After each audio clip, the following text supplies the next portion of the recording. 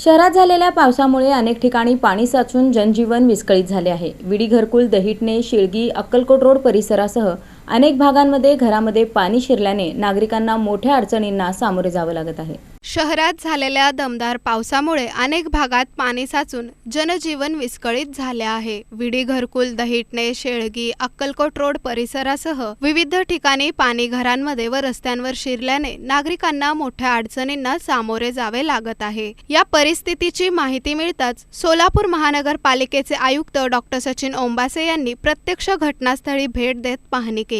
त्यांनी पाणी साचलेल्या भागातील स्थितीचा आढावा घेतला व तातडीने उपाययोजना करण्याचे निर्देश संबंधित अधिकाऱ्यांना दिले। त्यामध्ये सडन रेनफॉल झाल्यामुळे नॅचरली जे सखल भाग आहे त्याच्यामध्ये पाणी जमा झालेलं आहे। साधारणतः पाऊस थांबलेला आहे। पाऊस उसळून आता मोठ्या 2 तास एक लागतील आम्हाला, आणि त्यानंतर ज्यांचं कोणाच्या घरात पाणी असेल आणि तुमची जी मसुलीबाईची यंत्रणा आहे त्यांना पंचनामे करण्यासाठी आम्ही जिल्हाधिकारी साहेबांना विनंती केलेली आहे। आणि नागरिकांना आव्हान राहील फक्त की जिथे जास्त पाण्याचा प्रवाह वगैरे असेल त्या ठिकाणी विशेषतः मुलांनी किंवा वयोवृद्ध लोकांनी जाणं टाळावं।